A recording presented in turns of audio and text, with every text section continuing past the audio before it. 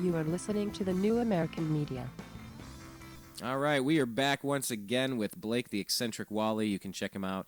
One of the best ways. Go on Twitter, eccentric99. Click add. Follow. Click follow. All these clicks, Blake. I forget if I'm following or I'm liking or I'm sharing. I don't even know what I'm clicking anymore. Can there just be like a universal click button? Like somewhere, could I get like is the singularity here yet? Could I just get like a clicker installed into my cranium where my third eye is supposed to be near my pineal gland, and I could just click and it will like and it will share and it will do all of those things? Or am I just going off on a wild tangent right now? That sounds like a good idea, Brian. Why not? That were possible, sure. Yeah, I don't know. When we just spent two. If you're listening live, we just spent 2 segments talking about first the IRS attack on a lot of people who don't agree with the policies of this White House. Just an all-out attack on them, financial, really just hitting them below the belt. And then we talked about the Associated Press. It wasn't technically a wiretap. We were just monitoring their activity. Oh, my God. Can you believe how they try to parse these words and make it sound less creepy? I wasn't stalking you. I was just hanging out on the sidewalk looking in your window. Right. Okay. Oh, well, good. At least you weren't in the bushes.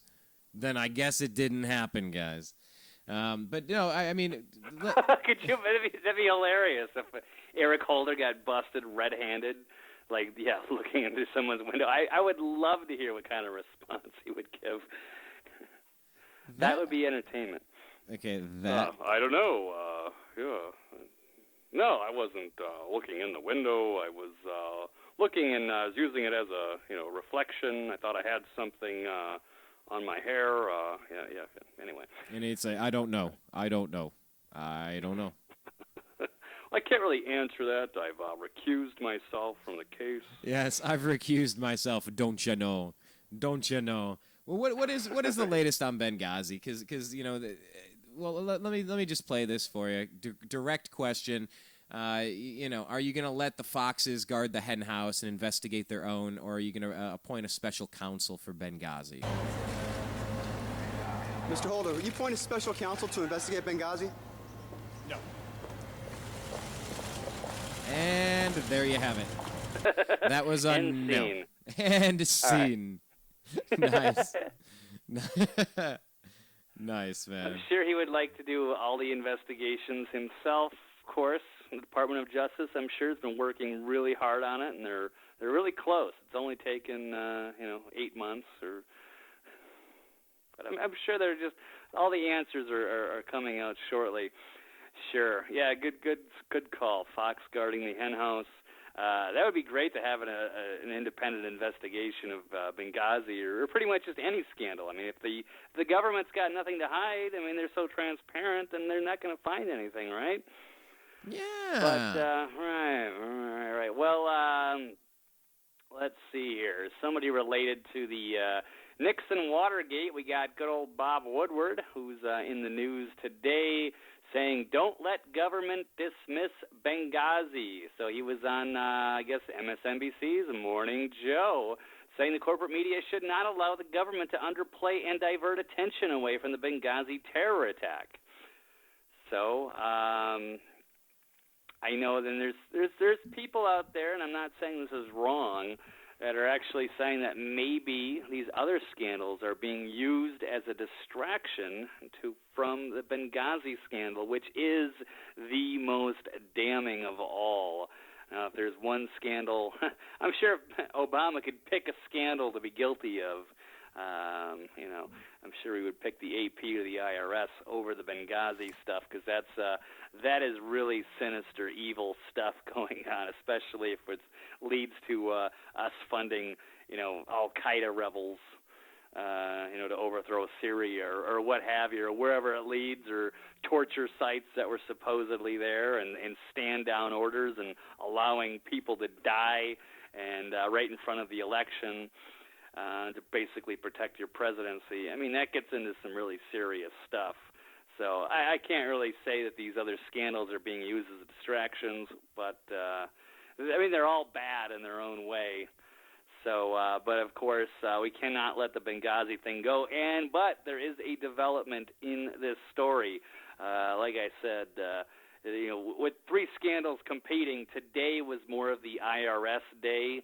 But there is an article out of the Hill saying Representative Issa subpoenas the Benghazi auditor Thomas Pickering. So this is hot off the wire a few hours ago.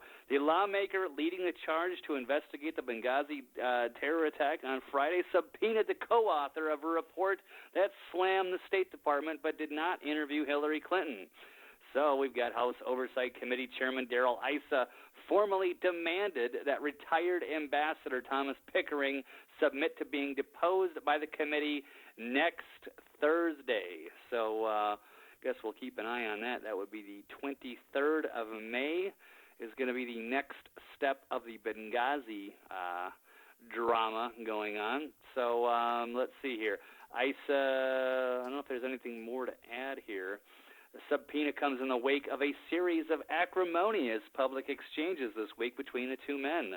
Issa didn't issue a subpoena to former chairman of the Joint Chiefs of Staff, Michael Mullen, who co-authored the Benghazi report with Pickering. And Pickering has said he would testify before Issa's panel about last year's Accountability Review Board report on the attack that killed 4 Americans, including Christopher Stevens. But Pickering and Mullen have refused, however, to submit to a transcribed interview with Issa and his staff, calling the closed-door proceeding as an inappropriate precondition to their testimony. Precondition. So, love it. Love it. That's like the Ahmadinejad line. Will you meet with him with or without preconditions? Love it. Love it. We have no closer friend than Canada. The United States has no closer. There's buzzwords. There's like BS buzzwords. I think precondition and like the phrase "have no closer ally" or something like that. Anyway, Eric Holder. So, leave it one little quote here. The subpoena comes after Issa held a hearing last week with 3 State Department whistleblowers who said that Pickering's board, quote, let people off the hook. So I guess Issa said the deposition is the only way to find out who exactly the ARB, the Accountability Review Board, interviewed when investigating the security failures and missed warnings that preceded the attack. So, we've got new developments on Benghazi next Thursday, but I'll expect the IRS, that's just some new developments with the AP thing and, of course, the cloakroom controversy. Then I would expect the IRS story to dominate the news cycle going into, of course, probably Wednesday when we kind of get a preview of what's going to happen with the latest Benghazi hearing. But and then, of course, Thursday we'll see how that develops. Well, here's some more stuff. CBS News, Cheryl Atkinson, this is on Breitbart.com. CBS News' Cheryl Atkinson scored interviews with a number of anonymous White House officials who agreed to talk candidly about the administration's reaction to the September 11th terror attack in Libya. What they apparently refused to talk about, though, is something else no one else will talk about, a crucial meeting mentioned by Obama advisor Ben Rhodes in emails recently made public that took place surrounding the shaping of the CIA's talking points. As the various agencies worked to edit and approve the talking points on September 14th, Mr. Obama's Deputy National Security Advisor, Ben Rhodes, emailed that there would be a deputies meeting the next morning to work out the issues. Quote, that's polite code for, let's not debate this on email for 18 hours, end quote, said one official involved. Ben Rhodes is the brother of CBS News President David Rhodes. Oh, that's nice. One more time. Ben Rhodes is the brother of CBS News President David Rhodes. Okay, even today, nobody will say on the record or even off the record to CBS News who was at the deputies meeting on the morning of September 15th where the talking points were drastically pared down for Rice's use. The approved version called the attacks demonstrations that evolved after being spontaneously inspired by protest at the U.S. Embassy in Cairo. All mentions of terrorism, Al-Qaeda, and previous warnings given by the CIA had been excised. Wednesday's release of 94 emails only tells part of a story that would finally explain the talking points were finally shaped and edited and who shaped them. Moreover, they were shaped into something that had no resemblance to the truth. but were very helpful to a president less than 60 days away from an election. So there are so many levels. There are so many different layers to this Benghazi story. It's not one thing. It's not, well, why didn't they resupply them? Why didn't they reinforce the place? Why didn't they send extra security when they asked? Well, okay, so an attack's happening. Why didn't you send the Navy SEALs and all your special forces on the ground? And then why did you come back and lie about it? And why did you blame the First Amendment? Because someone has a right to make a stupid YouTube video. Why is he in jail? Why didn't we arrest the people that killed the Americans that day? There are so many levels and layers to this scandal, Blake. I mean, what do you think is the most damning component of it? Boy, that's a tough one. Between the stand-down orders and the blaming the YouTube video when they all knew it had nothing to do with the YouTube video, I mean, that kind of goes hand in hand. I know it might be the whatever the reasons were behind that we'll hopefully find out that was it a hit on the ambassador? Were they smuggling weapons or doing some really shady stuff in our good American name with some horrible foreign policy? I mean, it's hard to say. There's so many bad things about this Benghazi thing, and we just want those answers. So hopefully, this is just the beginning. After these brave whistleblowers came out, contradicted Hillary Clinton's story, the official story, and then of course now you've got a new subpoena on Pickering, and then we'll see if Hillary gets brought back, and then Charles Atkinson, as you just said, great investigative journalist. Sounds like she's got some new people willing to go on record and talk. That would be fantastic. So we need to find out and get to the truth. It matters, and where it leads, I don't know. But we're just going to have to we're going to have to deal with it. We can't just sweep this under the rug. Not for this corrupt administration. Absolutely not. Otherwise, we're setting a very dangerous precedent. That's all I got, Brian. Yeah, we're entering some choppy waters, Blake. I mean, that's really all there is to say about it. It's the weather started getting rough. The mighty ship was tossed. If not for the courage of the fearless crew, the minnow would be lost. Where have I heard that before? No, I'm just kidding. Yeah. All right. But really, our country is at a crossroads, and we got to determine if we want more of this or less of this. Yeah, I mean, we had a presidential. I mean, you could call it an election. I mean, there was a selection, but I don't know. Well, it's funny because two things: Benghazi happened, and the IRS scandal were going on, and they were not reported on until after the election. Funny, that could have totally changed the election. It would have. If Benghazi, if those two stories were prominent, we could have seen totally our entire history would have been different. Not that I'm a Romney fan or that things would have been so much better. But yeah, for the record, you and I, neither of us voted for Mitt Romney. True. Agree or disagree? Neither Blake nor Brian voted for Mitt Romney. I agree.